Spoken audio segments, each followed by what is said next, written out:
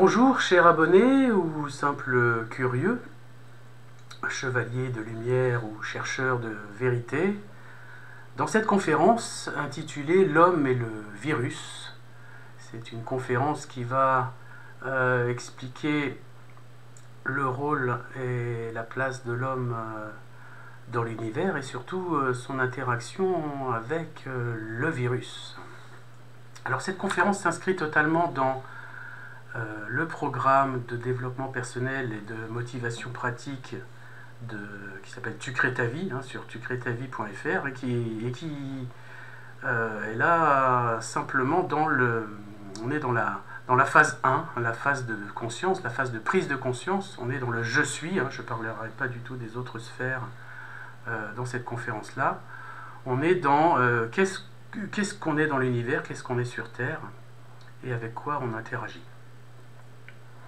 Alors, on ne peut pas parler de l'histoire de l'univers sans faire référence aux travaux de célèbres scientifiques du XVIIe siècle, comme Buffon, ou du XIXe, XVIIIe et XIXe, comme Darwin, Béchamp et ce sacré Pasteur. Ça va être le cas de beaucoup de choses que je vais raconter. Mais je vais aussi me baser sur la fin sur des travaux plus récents du XXe et du XXIe siècle. Alors on va commencer au tout début. Alors je ne vais pas parler de la création de l'univers à partir du Big Bang, mais on va se situer dans une phase où la Terre est stabilisée il y a 4,5 milliards d'années, et on est dans une phase où la matière organique est sur la Terre, c'est simplement ce qu'on appelle une soupe moléculaire organique, qui est un ensemble mélange de vivants et de non-vivants, qui sont des brins d'ARN et d'ADN, qui sont en fait l'ancêtre des virus.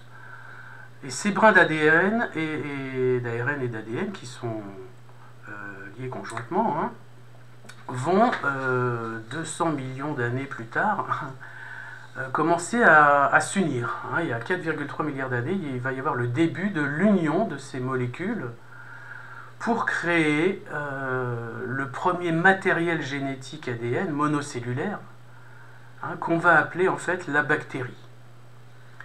La bactérie date d'il y a 4,3 milliards d'années. Bactérie, qu'est-ce que c'est qu'une bactérie? C'est un matériel génétique assemblé qui contient un ADN qui commence à devenir complexe et qui va se complexifier avec le temps. Il y a 3,5 milliards d'années, il y a eu le premier clonage de la bactérie, le clonage de la première bactérie. C'est-à-dire que la bactérie s'est simplement séparée en deux. Elle s'est dit, ouais, je suis cool, j'ai un ADN sympa et j'aimerais bien me cloner. On parle de clonage ici, elle se divise en deux, elle se coupe en deux, pour donner deux bactéries différentes, d'accord ? Et c'est ce qu'on va appeler la première cellule. Et la cellule, c'est la base en fait de tout animal, de toute plante, de tout humain. Tiens, j'ai mis animal 2 fois. Donc naissance de la première cellule il y a 3,5 milliards d'années.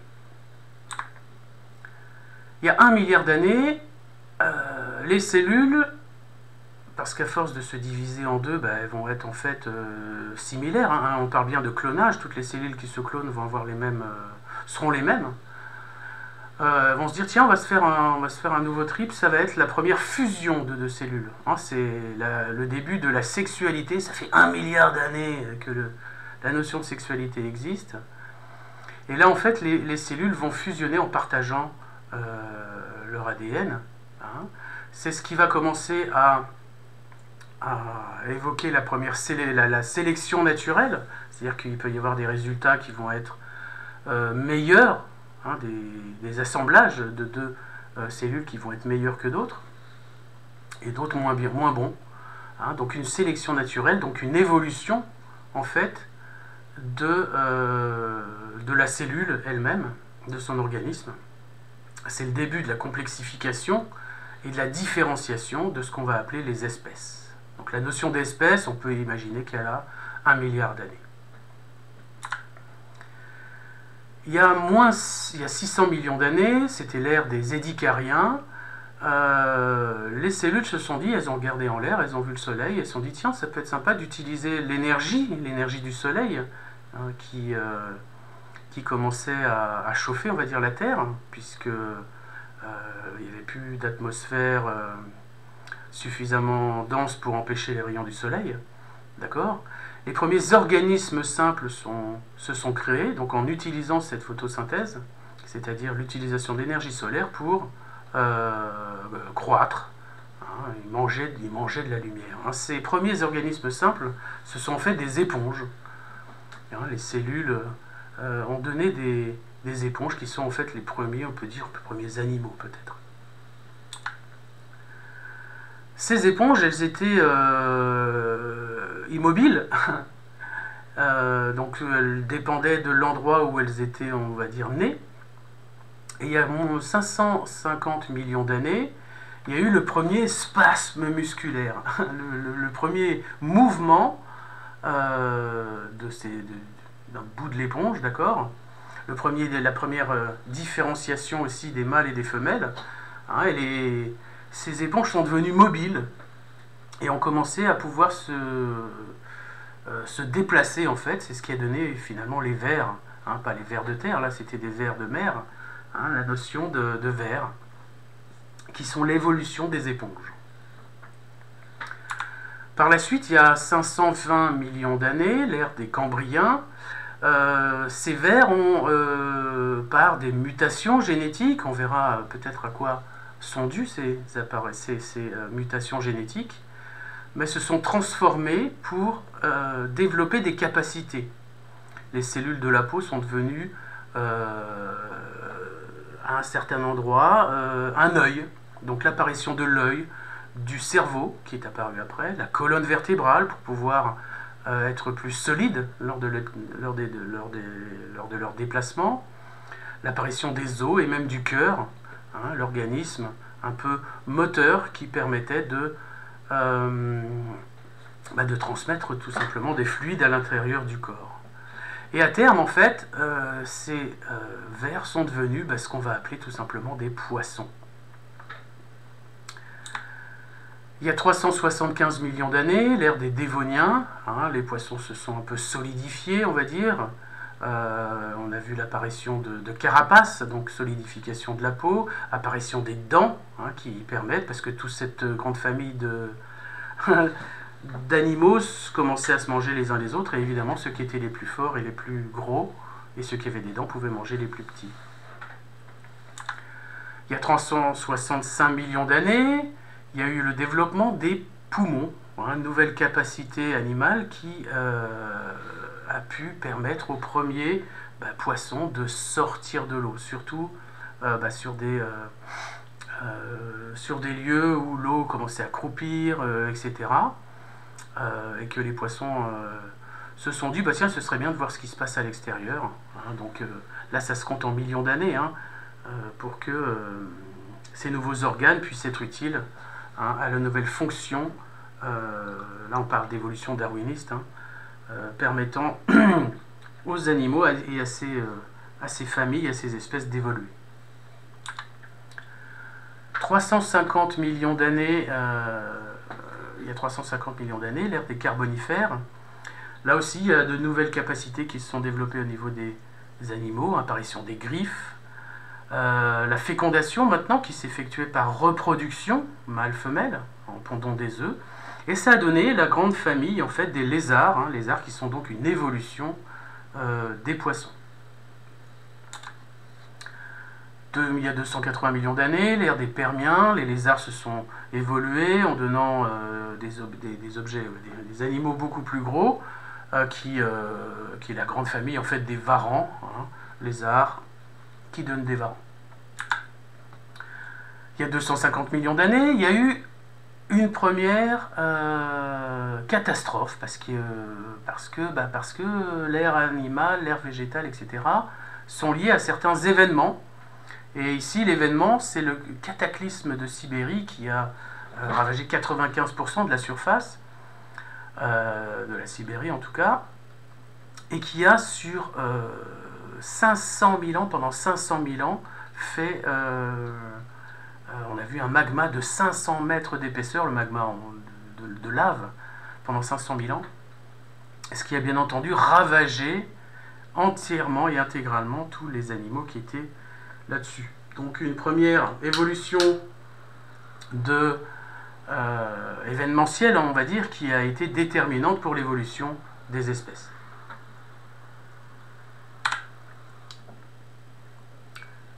Il y a 220 millions d'années, l'ère des Trias, on a commencé à avoir une distinction entre plusieurs espèces. D'un côté, les mammifères, les petits mammifères, avec des os, hein, donc l'évolution des varans. Enfin, disons que les varans, à mon avis, voilà, sont décomposés en deux parties. Une partie plus molle, on va dire, des mammifères, plus petites, et une partie sur des dinosaures, vous connaissez, des gros mammifères, des gros reptiliens. Est-ce qu'ils sont tous reptiliens? On ne sait pas. Hein, mais décomposition et en tout cas de division de l'espèce en deux parties, les mammifères et les dinosaures. Il y a 65 millions d'années, donc bon, oui, ça fait quand même un paquet de centaines de milliers d'après, l'ère des Crétacés.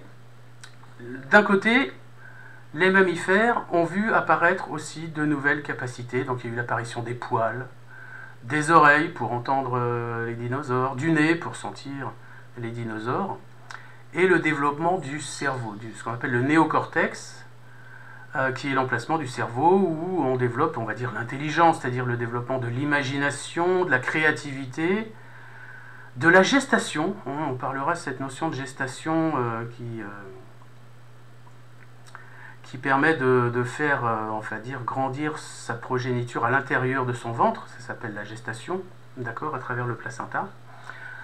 Et développement, grâce au néocortex qui se complexifiait, de la communication non verbale, hein, qui est un des éléments qu'on pratique dans le programme Tu crées ta vie, date d'il y a 65 millions d'années. Vous voyez que ça date pas d'hier. Et en fait, ces petits animaux, ces petits mammifères, c'est les musaraignes. Hein, finalement, l'évolution des varans à travers tous ces le développement de toutes ces capacités ont donné finalement les musaraignes. Il s'est passé à cette époque-là un deuxième énorme cataclysme, il y a 65 millions d'années, c'est l'astéroïde qui est tombé dans le Yucatan et qui a provoqué ce qu'on appelle un hiver nucléaire pendant des milliers d'années. On n'a plus de soleil, voilà, c'était un peu la crise, on va dire, ce qui a provoqué la fin du règne des dinosaures, et c'était du coup la fête pour les mammifères, hein, qui avaient, qui étaient en fait qui faisaient partie du repas des dinosaures, mais avec la fin des dinosaures, ces fameuses musaraignes ont pu commencer à se développer, ont commencé à manger des insectes, etc. Et c'était la porte ouverte pour eux pour devenir en fait le haut de l'échelle animale. Du coup, excusez-moi, j'ai dit du coup, il y a 60 millions d'années, il y a eu disparition, 5 millions d'années avant des dinosaures, ce qui a permis à la nature de proliférer en nombre, pour la plus grande joie, justement, des musaraignes qui ont continué à se développer. Jusqu'à, il y a 56 millions d'années, devenir à l'ère du Paléogène ce qu'on appelle les primates, c'est-à-dire l'ancêtre des singes, hein, des bras plus longs, une queue assez développée pour s'accrocher aux arbres, voilà, dans la nature abondante. 17 millions d'années, il y a 17 millions d'années, l'ère du Néogène, la queue devenait moins utile, donc disparition de la queue, apparition des bras. Quand je dis apparition, c'est développement des bras, hein, parce qu'avant, ils avaient globalement 2 grosses jambes et 2 petits bras, un peu comme des mini-dinosaures. Hein, là, on va commencer à avoir une homogénéité entre les jambes et les bras, hein, les 4 pattes finalement de l'animal. Il y a 4,4 millions d'années, l'ère du Pliocène, l'homme a pu commencer à se tenir debout. Quand on est à 4 pattes, on utilise ces 4 pattes pour se déplacer, mais on a moins finalement de capacité pour attraper des choses, se grimper sur des trucs, alors que quand on se tient debout, on a 2 jambes pour se balader et 2 bras pour se servir et cueillir des fraises, attraper des trucs, etc. Il y a 3,2 millions d'années est apparue l'éducation, alors pas l'éducation nationale, hein, c'est vrai qu'elle est assez... ça fait longtemps qu'elle existe, mais pas autant. On parle de l'éducation ici des enfants, hein, des progénitures finalement, hein, et de l'apprentissage des bébés animaux vis-à-vis de leurs parents, de la part de leurs parents. Il s'est passé quelque chose d'assez particulier il y a 2,3 millions d'années, l'ère du Pléistocène. Il y a eu quelque chose, une atrophie, un problème, peut-être génétique, peut-être causé, on verra, par quelque chose. Il y a eu une atrophie de la mâchoire au niveau de l'évolution de ces primates. Ce qui a permis, en fait, de laisser la place, physiquement, à toute la boîte crânienne, et ce qui a permis en fait de doubler le volume du cerveau. Et cette résultante, le fait que le cerveau double de volume, a donné justement plus d'intelligence à l'animal, hein, au primate, une meilleure utilisation de ses mains, et l'utilisation du premier outil, c'est là qu'on parle de l'Homo habilis. C'est peut-être à partir de là qu'on parle de la création du premier homme. D'accord ? L'Homo habilis, c'est celui qui, par une transformation assez miraculeuse, voilà, a eu un cerveau qui était doublé pour lui permettre une meilleure utilisation des outils et des mains. Il y a 1,8 million d'années, ce développement de l'intelligence a permis à l'Homo de développer la chasse, le travail en équipe, en groupe, développer l'endurance. C'est là qu'il a découvert le feu, qu'il a commencé à vivre en communauté, petit village, etc., qu'il a commencé à comprendre que la cuisson, c'était sympa. Et c'est là que c'est ce qu'on appelle en fait l'Homo erectus, l'homme qui reste debout et qui vit véritablement debout. Il y a 200 000 ans, là on va aller un peu plus vite, est apparue la parole. La parole qui est la communication verbale, d'accord, qui représente 45% de la communication. La communication non verbale, c'est 55%. La communication verbale, c'est 45%. De nos jours, d'accord. Et c'est ce qu'on appelle l'Homo sapiens. Ok, super. Au-delà, on va aller beaucoup plus vite et beaucoup plus proche de nous, est apparue l'écriture. Hein, c'est ce qu'on appelle la communication écrite, qui fait partie de la communication verbale, mais écrite, et qui ne représente que 7%. Pourquoi je mets ces pourcentages-là? Parce que c'est vrai qu'on dit, quand on écrit quelque chose, un SMS, un message, une publication sur un réseau social, en fait, ça ne représente que 7% du message qu'on veut transmettre. D'accord? Parce qu'il n'y a pas le ton, parce qu'il n'y a pas les gestes, et il n'y a pas tous les éléments de communication non verbale. Alors en plus, quand on sait mal écrire, c'est vrai que on réduit encore ce 7% à de l'incompréhension, et ça c'est important d'en tenir compte.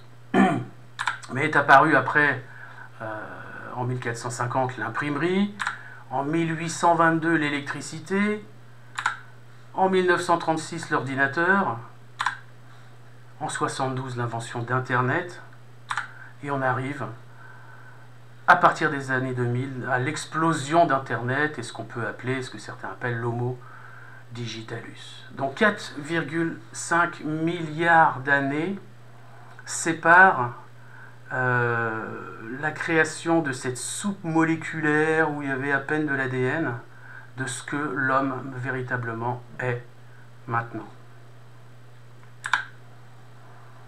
Cette évolution, hein, on voit que ce que je vous ai dit, les hommes, tous les homos, etc., sapiens, etc., dérivent des primates, que les primates dérivent des musaraignes, que les musaraignes dérivent des varans, que les varans dérivent des lézards, les lézards dérivent des poissons, les poissons sont l'évolution des vers, qui sont les vers des évolutions des éponges, les éponges qui sont des cellules évoluées, et les cellules qui viennent en fait des bactéries. Et les bactéries, vous allez me dire, qu'est-ce que c'est les bactéries finalement? J'en ai parlé tout un peu au début, mais On suppose que les virus sont arrivés 200 millions d'années plus tôt. Et on ne peut pas véritablement dire que les virus sont les ancêtres des bactéries, parce que pour bon nombre de scientifiques, les virus sont des organismes non vivants. Ce sont des micro-zombies. Il n'y a pas de vie dans un virus, tel qu'on entend dans l'organisme vivant. Un virus n'est pas vivant, il ne se reproduit pas, il ne vit pas tout seul, il ne respire pas, il n'a pas de cerveau bien entendu. Ils sont plus proches, ces organismes, ces virus, de protéines, de minéraux finalement. D'accord? Ils sont inertes, on peut dire. Ils contiennent juste un morceau d'ARN ou d'ADN. J'aime bien dire que ce sont des nanorobots. J'ai été formé en nanotechnologie et on peut faire cette assimilation au niveau des virus à des nanorobots dormants, d'accord, en attendant d'être en fait injectés dans des cellules vivantes pour pouvoir faire leur œuvre de transformation moléculaire. Le rôle des virus, selon beaucoup de scientifiques, c'est d'être responsable de ces fameuses transformations génétiques. Il a été montré, prouvé que le placenta, il y a 65 millions d'années, c'est une mutation génétique qui a en fait créé cette notion de placenta et qui a permis en fait toute l'évolution de l'être humain. L'être humain ne pond pas des œufs, mais voilà, l'être humain accouche, vous voyez, grâce en fait au virus. Pareil, il y a 2,3 millions d'années, la notion de cette mâchoire qui est atrophiée a pu être due à une transformation génétique liée à un virus. Waouh! Alors les virus, combien il y en a? Est-ce qu'il y en a beaucoup? Est-ce qu'on peut mettre un masque pour les éviter? Il y a plus de virus sur Terre que d'étoiles dans l'univers. C'est la matière organique la plus nombreuse sur Terre en tout cas. Sur Terre. Il y a 1000 milliards de milliards de milliards de virus sur Terre. C'est un 1 avec 30 zéros. D'accord? Ils sont 1000 fois plus petits. Alors les plus petits sont 1000 fois plus petits que les bactéries qui étaient déjà pas grandes. Celui du VIH, le Covid-19, est 1000 fois plus petit qu'une bactérie moyenne. Ils sont tout petits, tout petits, tout petits. Mais même s'ils étaient tout petits, même s'ils sont tout petits, si on les alignait, tous les virus, les 1000 milliards de milliards de milliards de virus, si on les alignait, ça ferait une longueur de 100 millions d'années-lumière. Donc quand on dit on va débarrasser les virus de la Terre, c'est juste, mais t'arrives même... Non, cherche pas, ça ne marchera pas, ça n'existera pas. Ça ne pourra jamais arriver. Même au niveau de leur poids, la biomasse, qu'on appelle la biomasse, c'est simplement le poids, la masse que pèse en fait une espèce. La biomasse des virus, c'est 0,2 gigatonnes. Donc 0,2 milliards de tonnes. Tous les virus de la Terre pèsent 0,2 milliards de tonnes, alors que l'être humain ne pèse que 0,6 milliards de tonnes. Donc il y a en fait le poids des virus sur Terre est plus de 3 fois plus important que le poids de l'humain sur Terre. Donc vous allez faire quoi avec votre aspirateur et votre masque? Essayez de l'enlever. Une étude de 2018 a prouvé que plus de 800 millions de virus sont déposés sur Terre par mètre carré par jour. Vous regardez 1 mètre carré par terre, vous attendez 24 heures, et pendant ce laps de temps, 800 millions de virus se sont déposés sur cette surface. Alors il y en a beaucoup qui sont dans l'eau, dans la mer, et là aussi on a prouvé que quand on va nager en mer, on avale plus d'1 milliard de virus. D'accord ? Et 8% du génome humain, c'est-à-dire de notre ADN, 8% est d'origine virale. Et d'origine provient de l'ADN de virus. Nous sommes à 8% nous-mêmes des virus. Notre ADN humain. Alors il y a eu deux philosophies pour gérer en fait les virus, celle de Pasteur, on connaît tous Louis Pasteur, le sauveur de l'humanité, d'accord, qui disait que le germe, le virus et la bactérie sont à l'extérieur de nous et sont des ennemis à combattre. Hein. C'est vraiment le discours qu'on entend depuis des semaines, évidemment, sur tous les médias, etc. Et que la personne est victime perpétuelle de ces ennemis extérieurs, des ennemis extérieurs. D'accord? Et il a même rajouté cette espèce de rat que l'ignorance était la clé pour la rentabilité de l'industrie. C'est vraiment l'homme qui a créé la pharmacie, on va dire. Alors que d'un côté, un contemporain, Antoine Béchamp, disait complètement l'inverse, que le germe, que la bactérie, le virus, était à l'intérieur de nous, constamment, en permanence, même s'il y a de nouveaux virus, et qui sont inoffensifs. Heureusement que tous les virus ne sont pas mortels, et que la plupart sont inoffensifs, sinon l'humanité disparaîtrait en 5 secondes. D'accord? Lorsque le terrain est sain, le terrain humain est sain, la personne est saine, il n'y a aucun problème, évidemment, d'avoir le virus en soi. La personne est responsable de son corps et de sa santé. D'accord? Le virus n'atteint pas les personnes qui ne sont pas préalablement malades. Et que l'éducation est primordiale afin de responsabiliser la personne. Donc vraiment deux philosophies différentes. Et la petite anecdote, c'est que Louis Pasteur, sur son lit de mort, juste avant de mourir, a dit qu'Antoine Béchamp avait raison.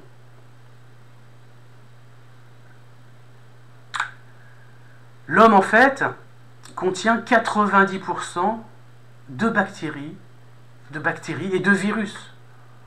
D'accord? Si on prenait l'intégralité, on prend un être humain, un corps humain, et on va compter ce qui est humain et ce qui ne l'est pas, donc les éléments extérieurs à l'ADN humain, 90% de ce qui contient un corps humain n'est pas d'origine humaine, puisque ce sont des bactéries et des virus. On a compris qu'on ne pouvait donc pas lutter contre les virus. D'ailleurs, la théorie des vaccins n'a jamais été prouvée. La notion de vaccin, c'est une religion. D'accord? Jamais, aucun vaccin, aucune théorie sur les vaccins n'a jamais été prouvée. Après, ce sera à vous de choisir, quand les vaccins existeront pour ces nouveaux virus Covid-19, choisir si vous voudrez, si vous allez vous faire vacciner ou pas. Le but, évidemment, du nouvel ordre mondial étant de vous vacciner tous.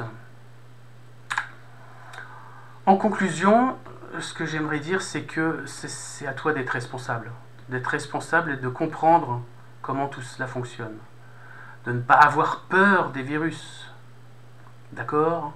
La peur, vous voyez ma vidéo sur la peur, d'accord, il faut l'écouter, mais il ne faut aussi pas se faire bourrer le mou par les médias qui ne cessent de dire que le virus doit être détruit. Les chiffres que je vous ai donnés dans cette petite conférence sont extrêmement faciles à vérifier sur Internet, par exemple. Donc le but, moi c'est ce que j'applique à moi, c'est voilà, de transformer, et cette période qu'on est en train de vivre nous permet de prendre conscience que la solution, elle est dans le respect de son corps. Et évidemment, s'il y a trop de cigarettes, d'alcool, etc., voilà, on va être plus sujet à moins gérer ce que va faire ce virus quand on va l'attraper, parce qu'on va évidemment tous l'attraper. Donc la respiration, l'alimentation, le sommeil, ce sont 3 points exemples, c'est les 3 premiers chapitres hein, du livre qui est en cours d'écriture, qui s'appelle « Oui, toi aussi, deviens un super-héros et voici comment », qui fera l'objet non pas d'une publication, mais d'un livre audio, tout simplement, d'ici quelques semaines, que je mettrai en ligne sur la chaîne. Donc j'espère que tu as compris à quoi correspondait tout ça, que ça t'a ouvert les yeux sur ce qu'était le virus, que ça ne sert à rien d'en avoir peur, puisque de toute façon il est inoffensif si tu es sain et responsable, et que de toute façon il ne sera jamais possible de l'éradiquer. Il existe maintenant, ce nouveau virus Covid-19, il existe. Il y a un Chinois qui a laissé ouvert un bocal dans un laboratoire, ça s'est répandu. Ok. Ou pas. Ou c'est le pangolin, ou etc. Mais maintenant, il existe. D'accord? Donc il va falloir vivre le restant de la vie de l'humanité avec ce virus. Jusqu'au Covid-22, au Covid-25, au Covid-34, d'accord, qui seront encore peut-être plus dangereux et contagieux. Donc à vous, à toi de prendre ta vie en main, de ne pas avoir peur, d'être responsable et de transformer ta vie. Tu crées ta vie, hein, je te donne rendez-vous sur tucrétavie.fr quand les conférences pourront reprendre.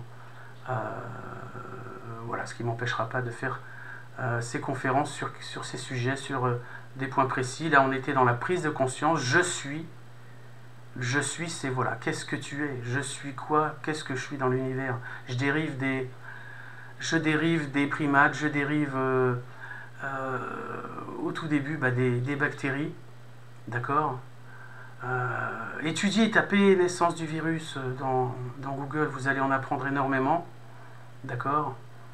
Et comprendre que ce que vous raconte à la télé, mais c'est juste une version, la version Pasteur, hein, une version faussée, une version pharmaceutique, une version de l'argent, une version du nouvel ordre mondial, une version des gens qui veulent vous contrôler, vous vacciner et vacciner vos enfants.